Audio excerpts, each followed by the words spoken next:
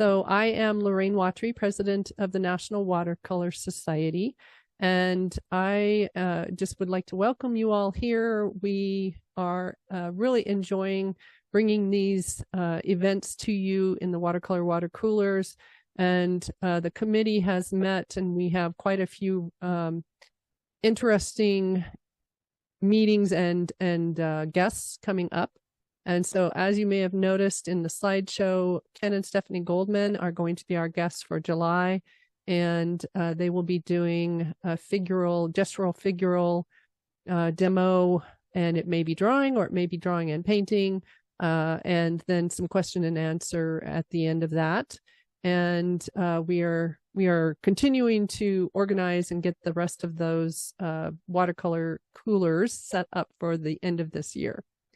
And our committee comprises Carrie Waller, Connie Hendricks, Bev Yankowit, myself, and Janet Nunn. And I am going to ask Judy Saltzman, our VP and Interim Exhibition Director, if she would come on and quickly speak about the IOE. Good evening, Lorraine and fellow artists. As you know, the International Open Exhibition entry period has closed.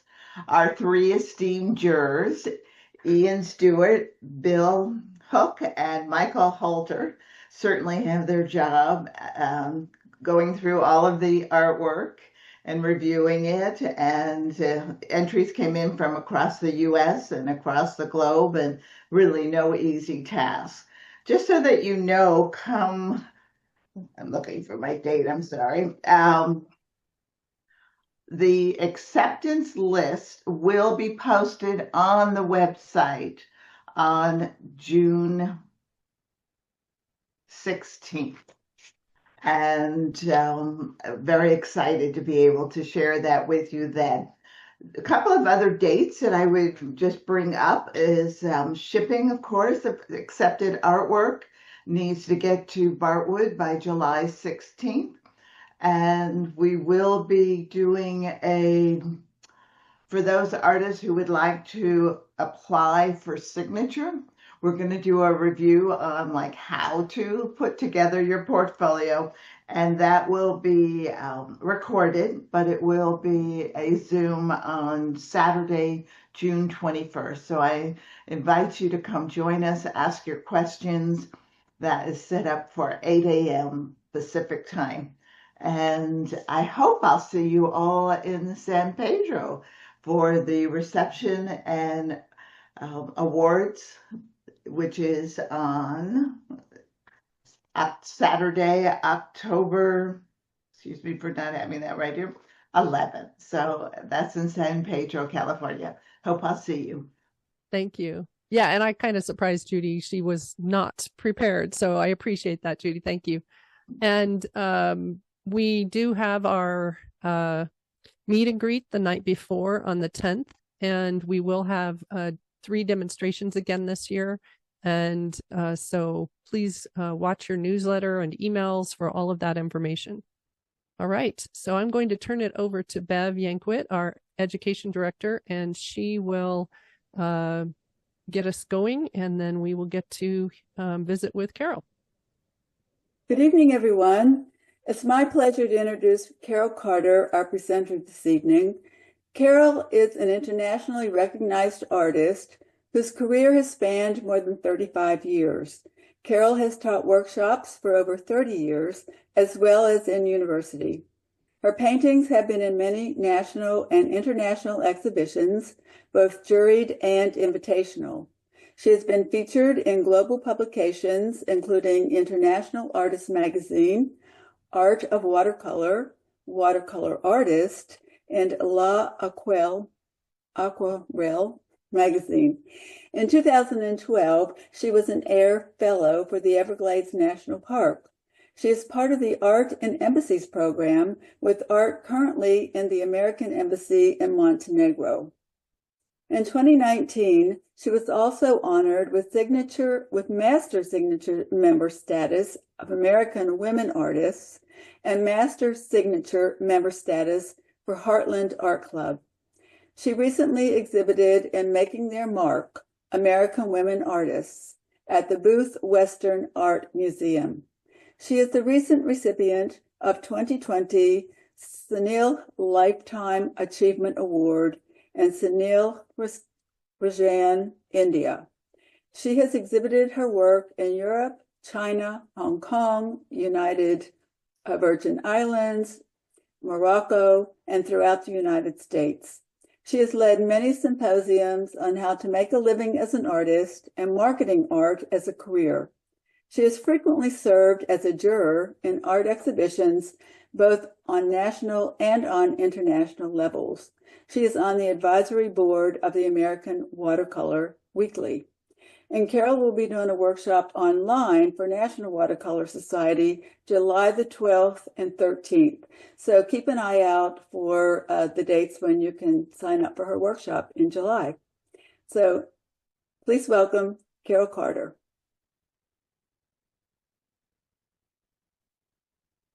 Thanks, Bev. And thank you for having me give a slide presentation. I am going to share a little bit about my work and a little bit about marketing, how I marketed my work over the years. I'm sure a lot of you have done it, followed some of the guidances I'm going to give. So I'm going to share my screen.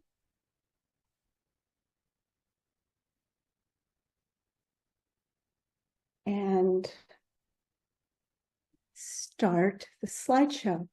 And you're welcome to ask questions during the presentation. I'm happy to answer them. So here we go. Can you all see this? I guess you can. Yes. So, I'm seeing text right now. Okay. I think I'm going to, oh, well, it's too late. So my work follows a bunch of different themes, and one of the most notable ones is swimmers. So here's an example of the swimmer paintings. Let's see if I can, well, I can't move that. Okay, so these are just examples of my swimmers. They're all medium scale watercolor. This is 40 by 60, a little larger scale.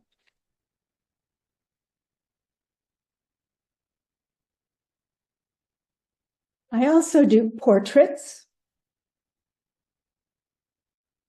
This is The Distracted Artist. This is a portrait I did of myself at age 50. It's called 2 at 50. One eye is green for hope and one eye is blue for peace.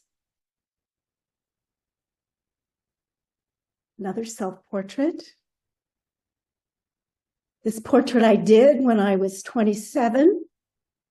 It is 60 inches high by 40 inches wide. It was my first large-scale watercolor after graduate school. I also do florals and botanicals. This is 60 by 40. Shows you the scale.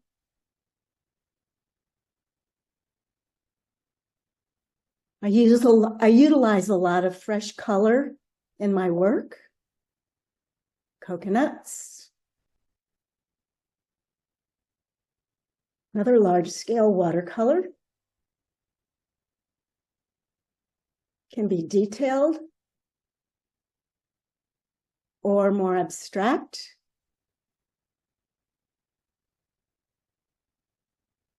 Or more like a puzzle.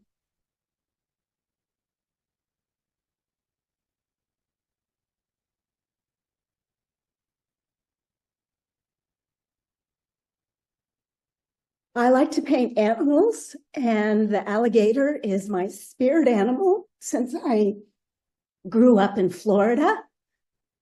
It is an animal that is close to my heart. This is 60 by 40.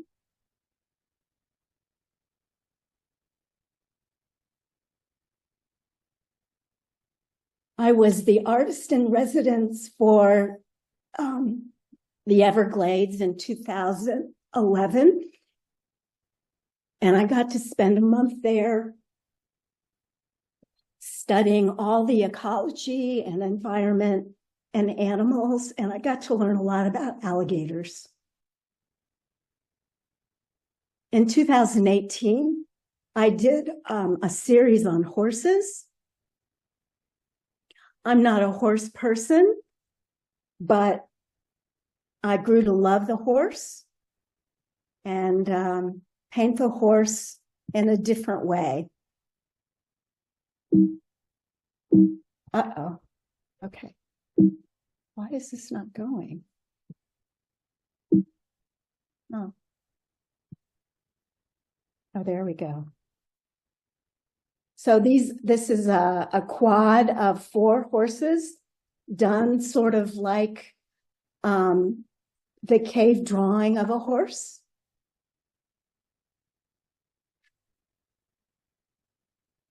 There were many different versions. I did 52 horses in 52 weeks, as well as keeping up my teaching schedule, which was a big challenge that year. These are smaller studies of horses. I learned a lot about how to paint them, how to simplify the shapes.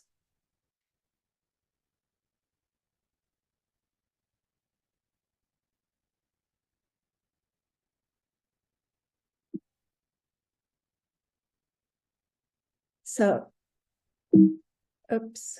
I think when somebody tries to come in, it stops the prompt. Okay, there we go. Sorry about that. We'll try to watch for that. Yeah, because, I don't know. I've never done this before. So this is another large scale horse. So then this gets to the point where I share how I went about structuring, monetizing my career to earn a living. So not being a tenure track faculty at a university, I had to rely a lot on how to make art economical and pay my bills. One of the first things I realized was I needed a studio that was visible and not hidden away. For 20 years after graduate school, I painted in a loft in downtown St. Louis and was hidden from view and relied on galleries to sell my work. And after 20 years, I decided to break that cycle. I wanted to be visible in the neighborhood and have people see that an artist was a business and not just in a loft stuck away in obscurity. So I purchased this condo space in this building in St. Louis. So my studio doubles as a gallery when I wanted to. So I put in, my husband at the time renovated the space and he built it so that I could paint there like a warehouse, but we put in gallery lighting and other amenities so that it would turn into a retail space whenever I wanted it to work that way.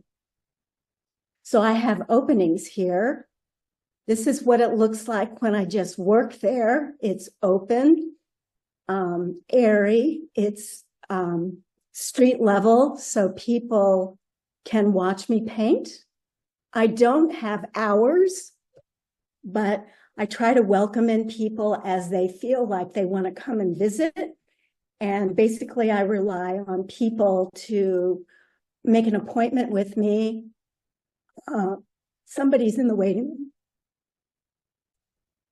to make an appointment with me so that it doesn't interrupt the flow of work if I'm in the middle of a wash. So here we go. I paint on the floor still. I don't know how much longer I'm going to be able to do it, but for now it works. And it allows me to get a perspective on the larger scale paintings. And there are times in my career where I have felt that it's harder to sell larger scale work and it's easier to sell smaller scale work. So I've been known to do a multiple of series of 100 or 200 paintings to express an idea. So this is my space. I always recommend to every artist to have the best artist studio possible, because the better your space, the better your work. So you rely on an artist statement and a resume to launch your career. You need business cards. These are playful business cards that I've used over the years. They're from moo.com, which takes your image and puts it on a card. These are square cards. It gives everybody an overview of your work. All right, somebody's in the waiting room. Board, just so you know, let's maybe give anyone in the waiting room a few minutes in case someone else joins. We'll go ahead and let Jennifer in. And then if we see anyone else, maybe let's do a pause for just a few minutes. So Carol, don't feel like you have to keep pausing. I don't mind pausing. It's just that when there's somebody in the waiting room, I can't advance the slideshow. Ah, gotcha. That's it. That's the reason why. Okay. I mean, I don't mind that they're there. It's just that, you know, until they're let in, the slideshow won't go. Odd. Okay. I don't know why. Okay. So over the years, this is so common now, but 25 years ago, when I decided to represent my own work, artists did not have websites. I was one of the first people, I think, that established a website. And so I'm really grateful that I have a beautiful website, as I'm sure you all do. And these are different places where you can get one. I also recommend that every artist has Squarespace or Wix or Big Cartel or Saatchi Art. They're all good places. Fine Art Studio Online. Oops, here we go. This is the front page of my website. It's been redesigned and refashioned so that I can update it, which I try to do every now and again. I'm not real technological, so it is definitely a challenge for me. And then 20 years ago, when Facebook burst on the scene, I joined it mostly to keep in touch with my son, who was studying in China. And I thought it would be a good way for us to talk. And then, of course, immediately we discovered how to advance your career using social media. So I'm a big fan of social media. I know all the reasons not to like it and all the dangers of it, but I think in terms of being a visual artist, it's a necessary tool. You just have to learn to use it wisely and not disclose too much information or too much information that could backfire. And that is, I guess, left up to your opinion of what that means. So on Facebook, I have 3 pages, which is, I feel, enough for me to manage. I have a profile page with 5,000 friends, quote unquote. I have an art page, a business page with 186,000 followers, and another business page for workshops where I talk about upcoming workshops and art-related events with 2,000 followers. And this is the watercolor art page on Facebook. And this is the for the teaching and the workshops. And this is the profile page where I try to post mostly stuff about my life and family and not so much art, so that I feel like I'm more than a one-dimensional person on social media. I have only one Instagram account. I was not the first person to jump on Instagram. I felt like Facebook was enough for me to manage, but I think Instagram is super important for artists to have because it's more visual, and I feel it's less political, it's less opinionated, and you can control a little bit more of what goes on your feed, so that because I'm a visual artist, I just kind of pay attention to other visual artists. And the Instagram account, I feel, is an overview of your current work in the studio. It shows your everyday life in the studio. It's a little more ordinary. It's a little less posturing. You can post work in progress, and you can post your achievements. It's a little more casual than Facebook, I feel. I feel like Facebook is the book of your social media, and Instagram is the magazine. So I have 13,000 followers there. And this is my Instagram page. And the things I've learned about Instagram over the years is that you need to tag your photos, and you need to take advantage of the story at the top of the page where you can post stuff that is very daily oriented, because it's deleted after 24 hours. You don't have to take it down, and it makes people see that you have things going on in real time, and it's just more current, and it's actually more fun, I think, to see what's going on in people's lives that way, as well as what I share. I've learned that you should like each other's posts and comment so that you build a community within your accounts. And you can go after targeted advertising. Instagram has made it really easy to do that. And one thing you should do is post 3 times a day. Now, I don't do that anymore because I'm basically worn out, but I do try to post at least once a day, and if not once a day, at least 4 times a week. And then the secondary social media platforms are YouTube, Pinterest, Etsy, Square for getting payment, PayPal for getting payment, and then your blogs. Now, blogs are not as important as they used to be because I think Instagram and Facebook have kind of replaced them. But if you have a blog, it's definitely, and can keep it up, it's definitely another way to get found by search engines with the words to build traffic for your website. I sell a lot of my work on Etsy because people are comfortable with paying on Etsy. I use Square for studio sales. When I have a studio sale, I only accept PayPal and Venmo with an online sale because you have to be very aware of payments when they're coming online. You don't want somebody to get into your account or have access to your account and so forth. So these are the 2 blogs I have. One describes studio life and paintings under 500, 400. So these are the 2 blogs. And I'm not a big YouTuber. I think if you could be, you should be, but I have some video tutorials of work online that are free.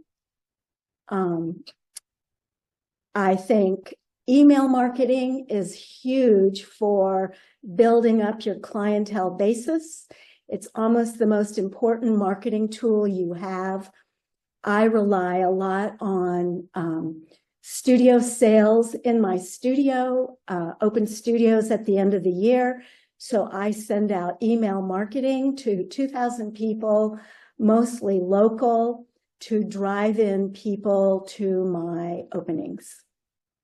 Or also send out a newsletter once a month to tell people when I have upcoming workshops and different shows and different events. You can also become an influencer on social media. So you should always think of yourself as branding your product online. If you're posting online, you should always make sure it is the best photo, the clearest image, and something that you want your name to be behind. And it is very important to recognize that you are a brand online, and then eventually other brands will want you to represent them in your social media account. So I am a brand ambassador for Da Vinci Watercolor. I've also done labels for certain wines. This is a wine in Napa Valley. And I've also done several book covers, which is fun. One thing I've learned over the years in branding your identity is your iPhone is your best marketing tool. You should always have your iPhone and record things in the studio as well as in your life so that you have it on hand should you need it for future reference. So years ago, I decided to market my watercolor teaching as Watercolor with a Bite. And I utilized that logo on different items and also on the watercolor Facebook page. And I've used this gator logo on shorts as well as little branding events. So, of course, exhibitions and openings are critical to building your career. It is not enough to be an artist and just show work in your studio. So you have to rely on, and you should build one-person exhibitions. You can be invited to invitationals, which is a thrill. And it took me a long time, years and years, to hold my own studio openings and be in charge of my own marketing for my career. But I do that a lot now. So this is the last exhibition I had of my acrylic works in 2011. It was at a museum in Mount Vernon, Illinois. So this is an example of one of my openings. These are all acrylic on panel of my time in Italy. This was an exhibition I had at another kind of a university museum in Illinois, all acrylic on panel of Savannah, Georgia, or South Carolina. So these were large-scale acrylic panels. And smaller, this was a 16-foot tall painting of different views of the Low Country. This was an exhibition in Illinois several years ago of large-scale watercolor. This is of the Everglades, a 3-panel painting of the slow river in the Everglades. This was an exhibition I had in Florida of wild Florida. I had a retrospective at Principia College where I got my undergraduate degree. It was really nice to come home and share my work after graduating 40 years later. These are I did a series of 10 black and white nudes. This is a series of 3. These are all 60 by 40 watercolors. They're done in 2 pigments, Prussian blue and ivory black. This Carol, is, yeah. do you mind if I just pause you for a second? Can I ask Sure. you, when you are looking for, sorry, I'll make myself live here. When you are looking for a venue to do a one-person show, do you go out to find these, or is it word of mouth that venues come to you now, or how did you kind of get going doing that? Initially, in the late 80s, I looked for venues, and I found some good ones, Coca, and I can't think back that far. I'd have to look at my resume. But I sent out, at the time, slide portfolios, sheets of slides with an artist statement and a resume to try to find the venue. And I did. And then I guess I had like 5 or 6 years of that. And then eventually word of mouth, where venues would approach me. Now, in this slide presentation, I haven't shown you all the venues I've shown at in the last 10 years because it would be kind of repetitious. I'm just giving you a taste of some. But I would say at this point in my career, it's more word of mouth and an invitation to exhibit. And then the curator will come to my studio and we'll discuss what they're looking for and what I would like to show. And we come up with a plan. But that did not happen overnight.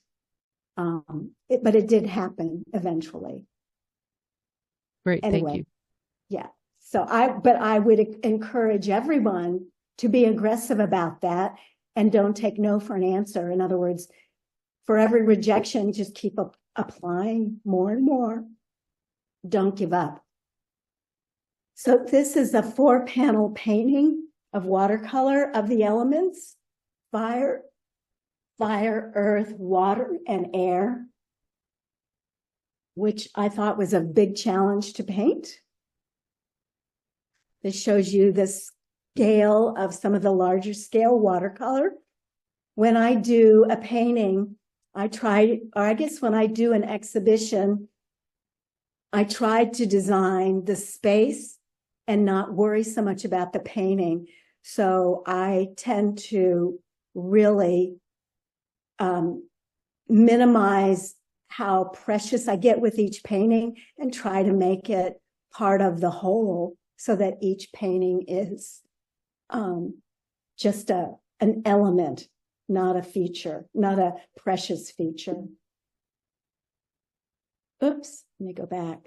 These were all self-portraits in that show at Principia. And these are all large-scale watercolors. Each of them is about 40 by 60. My latest exhibition, which was this year as well as last year, was 75 portraits of immigrants who have come to America to make it their home. And that exhibition was shown 3 times, once in my studio, once at Heartland Art Club, and recently this last March, at Schmidt Art Center in Illinois. And this is how it looked on a curved wall. It's a 10 foot by 24 foot watercolor. And I did not see it as 75 paintings. I felt it was one painting with and one statement. It was a powerful show, and an artist wrote a 16-page catalog about the history of immigration in America based on these paintings. Oops. Once more. This is the curved wall. Many of the participants that I painted came to the opening, the first opening, to see and be part of this series of work. It was a pretty exciting event. I've since broken up the collection. I've sold about 20 of them, so the collection is no longer complete, which is sad. Here's the catalog, the 16-page catalog about the exhibition. It is on my website. You can read it there. Each painting has a narrative of the immigrant's journey to America, too. One thing you can do if you don't have a one-person show in order to build your imprint on your local community is you can have pop-up exhibitions. It's really legitimate. You can invite a coffee shop, a bank. You can lease a storefront for a weekend.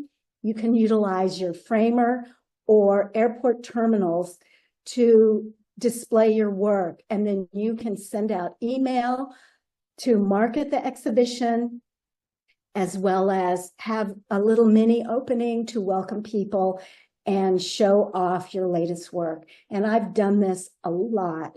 I actually have work on permanent display at a coffee shop that I change so that I have an ongoing, this is the coffee shop, where I can share my work on an ongoing basis and have openings there anytime I want.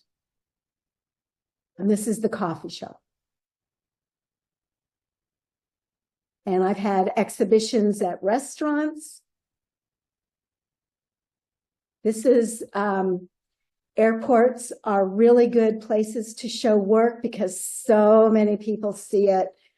And I've done this twice, and our airport in St. Louis, as well as Atlanta, shows the work for 6 months. So it's worth it to get your work there. These are the elements: earth, fire, water, and air. Of course, as you know, competitions are a great way to get your work seen. They're invitationals, bold brush. Art and Embassies is a website where you can put your work in. I don't know if you have to be juried into it. When I joined it years ago, I don't remember getting juried into it. But once you're in the website, then ambassadors or embassies choose your work, and then they come to your studio and pick it up, fly it over to that country, design a catalog, feature your work for 5 years, and then ship it back. So it's a really good program. I've been in 4 different embassies around the world. Of course, watercolor national competitions, which you know, and then art fairs. I am not a person that does art fairs, but I know that they're very good for generating income and notoriety. I participated in How Sweet the Sound, which was an invitational that hired me to do a painting, a gospel painting of a church in St. Louis. And then they sent it around with a choir competition nationally, and it was a big deal. And then they ended up making a billboard out of my work locally in St. Louis. So it was a really sweet competition to be a part of. This was another competition I was in Michigan. It's called Art Prize. You have to be juried in, and then when you're juried in, you're given a space. This was in a bank. I juried my portraits of my son. I'm doing a watercolor portrait of my son from the time he was born till when I pass. So at this point of showing the work, I think he was 24. So I had 24 portraits here. He's now 39. So I have 39 portraits in the series.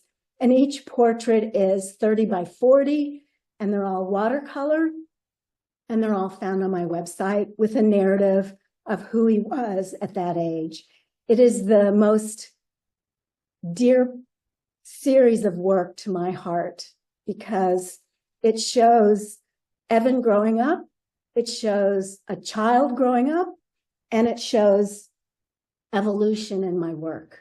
So I was going to quit it when he turned 21, but I decided to keep going until I pass, which hopefully isn't too soon. This was a portrait invitational of the portraits of Evan, and they did a television feature on it.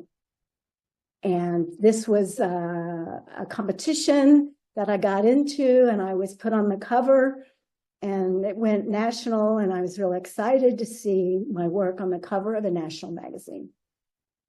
So one big marketing tool that I have now that I did not have until about 20 years ago, when I had my studio built at street level, is every year I hold my annual holiday open studio, and it used to be just small works to capitalize on the Christmas market, but more and more it has become my work of what I've worked on during the year. So it's a more serious exhibition, but you'll see some of the smaller paintings.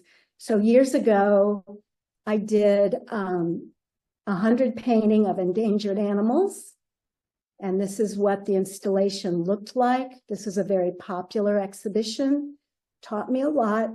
And I called the exhibition End Anger. This is a little close-up. This shows you a little bit of the scale of the work. And so during the opening, people would come in and buy work and take it right then. And so it was a very easy, and of course, my favorite clients were the little ones. And it was a very popular show because everybody relates. This was another very popular exhibition. Prior to the endangered animals, I did 150 paintings of bugs. My son loved bugs. And in 2012, I decided to paint bugs, and my framer framed them for free. And I had an exhibition at his frame shop with these bugs, and they were really captivating. This is just small works. This would be a holiday show early on. This would be a holiday show of just available work. But more and more now, my holiday shows are built around, somebody's in the waiting room, are built around the theme that I'm working on that year. So what that does for me is it gives me a tangible deadline so that I have to stay focused on my theme, because I can tend to establish a theme emotionally in January and then forget about it in June because I have no deadline with a off-site location. But because I've set up this challenge or deadline for myself in my studio, it keeps me on track to do the more serious work. And so the horses, which was the show that I did in 2018, was called 52 and 52. And this is how the studio would turn into a gallery for the opening. And these are just some of the clients with their work. And I hire bartenders, and I have food, and I have gallery lighting, and I have the studio open on Friday night as well as Saturday. So some people don't like to drive at night. Of course, another way to generate money in your career is to be open to commissions. And this was a large-scale watercolor, 2 40 by 60 by 40 watercolors I did of the founders of this university, and it was hanging in their lobby. St. Mary's Hospital in Jefferson City designed their hospital and included 8 of my watercolors. This is just 3. Nestle Purina had me do cats and dogs for their, I guess, upper story meeting room. These are the triptych. These are probably 40 by 40 watercolors of cats and dogs. Another on the other side of the room, more cats and dogs. Then for their boardroom, they had me do plants that had cat and dog related names, like I think it's catnip and cattails and dogweed, things like that are these plants. And this is dogwood. This is 40 by 60. And then, of course, you can self-publish your books now. So years ago, I published a beautiful catalog on the Italian suite acrylic paintings. This was done with Blurb. I hired a graphic artist to design the book Small Intruders, which is more like a children's book, which came out for the Bug Show. I'm also on several colors of books. This is one of the book covers I'm on, and some more book covers and some how-to books over the years. And of course, this magazine sort of launched my career. I think it's 1989. The first time I ever saw my work on a national cover of a magazine. It was quite thrilling. I have art reps that represent my work digitally or as prints, and they sell digital format of images to different locations. This was in a hospital, so they'll take a design of mine and print it out to whatever size the client wants. And so these are hostas, which I think were like 4 by 8 feet each, but it is a print. And they take my work to trade shows and they build a wall. These are all digital copies of paintings, and then they'll sell multiples of these paintings. And I just get a check every month, sort of like royalty. And these are the horses at the trade show. There's 2 trade shows, one in North Carolina and one in Vegas. I have no involvement with it. It's totally them. Soft Surrounding was a national chain. Here are some of my images I saw in a store that they had purchased from this digital representative. And then Hasbro bought the rights to this painting of mine and made a puzzle out of it. And the puzzle went all over the world. And when I was in Ecuador, I did see this puzzle at the store and I was excited.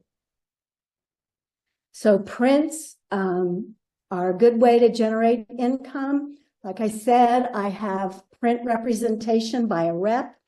I have some G-Clays I offer.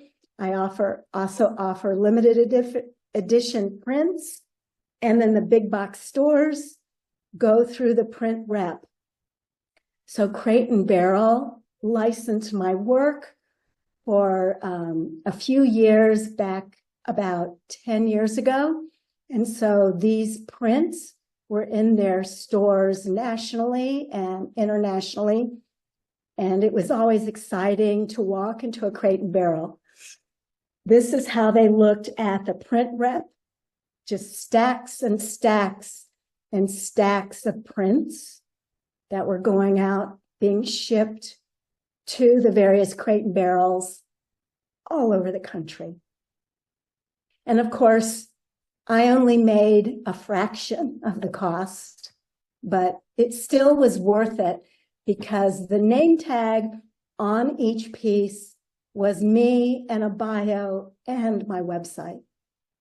So it was good marketing. I would have paid Crate and Barrel to do it, but I ended up making money as well. So one thing I've done occasionally is you can do swag for your work, do different things that are more playful to keep up your branding. For the Bug Show, I did an edition of unique bug t-shirts, which we sold along with the show. A friend of mine designed wallpaper around the bugs that I painted, And these are all unique designs of wallpaper of the bugs. I think offering note cards at each exhibition is a great way to allow people to take home something from your exhibition. There are several resources online that will ship you beautiful cards with plastic boxes and envelopes.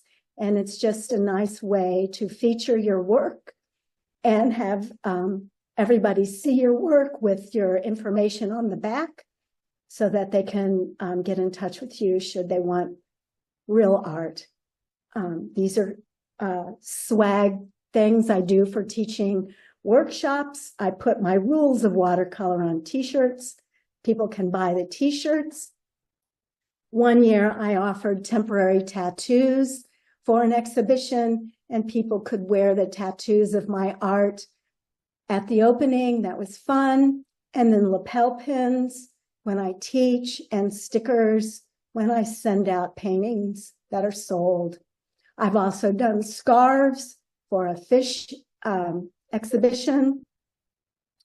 And then I'll try to wrap it up. So, of course, teaching over the years has helped to generate more consistent income for me. I taught at university for 2 years, but I felt it was more lucrative to teach workshops. So I put myself on the workshop circuit, and I taught for several years, teaching once a month from coast to coast. And I loved doing it until the pandemic, which taught us all how to share online. And so now I teach a lot more online, but I also teach in person occasionally, as well as in my studio. And also it has taken me across the world. I've taught in Hong Kong, Morocco, France, and USVI. This was Provence last year. I didn't teach in Paris, but I did go to Paris. And then, of course, online videos. I have an online course you can buy. Several platforms offer my videos.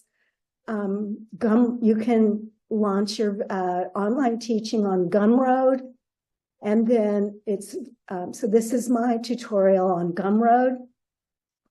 This is it on Gumroad. I was professionally filmed.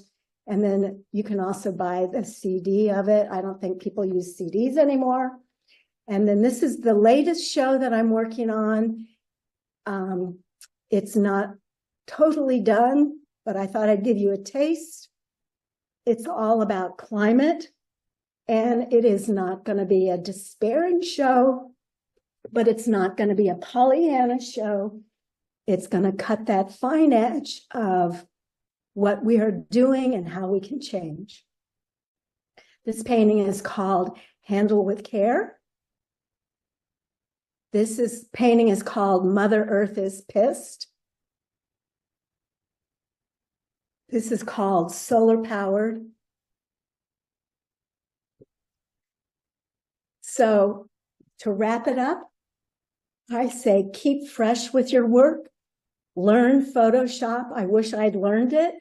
I just try to keep up. I think if you really want to be in business, you should take a business course if you're in college as a beginning student, as well as a marketing course. I took neither, and I've had to learn it by doing it and failing and learning better. And the things I wanted to leave you with is, if you want to be an artist, you have to be a business person. And you have to realize that nobody is more invested in your success than you. I would not turn your career over to anybody, any gallery, any person that says they're going to make it for you. You have to remember that you are in control of your work. You're in the driver's seat, and you should never give up that position to somebody else, because it's not going to happen. That's been my experience. I've done really well at marketing when I took over my career in the year 2000. And so that was 25 years ago. And prior to that, I had 15 years with just gallery representation. mining my career. And I do have gallery representation today, but I still am in control of my career. You should remember that marketing is a numbers game. And when you don't get somewhere, you should not take it personally. You just kind of have to keep getting your message out there, and eventually something will stick. And you should always keep positive. You should never post anything negative on social media, not if you're having a bad day or a bad week or a bad sale or some anger issues. Keep everything positive. Success breeds success. And I'm a good example. Do what you love, the money will follow. I was not encouraged to be an artist as a young painter, but I was convinced that this was my path, and I did it. And I feel very grateful for every success that I've achieved. And I am just happy to be at this point in my career, and that's my studio. And I'll leave you with this. And I followed up with pages of marketing resource. I can send these pages to you via NWS. I guess you could download them and have them for your file if you want. Awesome, Carol. Thank you so much. Yes, we would love to share the pages, and we can share that on our website near the video link. Sounds so that good. would be great. Lorraine, so we do you have some want her questions. to answer any questions that I see in the chat? Yeah, Absolutely. And it was about an hour, so it wasn't too long, right? it was perfect. You were on a roll. Yeah. You do that now? Yes, please go ahead. Okay. Judy Salzman asked a great question. Your work is incredibly versatile and expressive. I've noticed that you often incorporate strategically placed blooms in your paintings. Could you share more about your technique and the intention behind it? And then I have two other questions someone's asking. Okay, so when I learned watercoloring in my undergraduate schooling, we were taught that blooms or blossoms or cauliflowers were mistakes. And so I learned to dislike them and to prevent them in my work. And I painted this way for 10 years. And then I went to graduate school in the early 80s, and I gave up watercolor and I painted acrylic. And actually, I built my career on being an acrylic artist. But I also did watercolor as a secondary medium for those 30 years.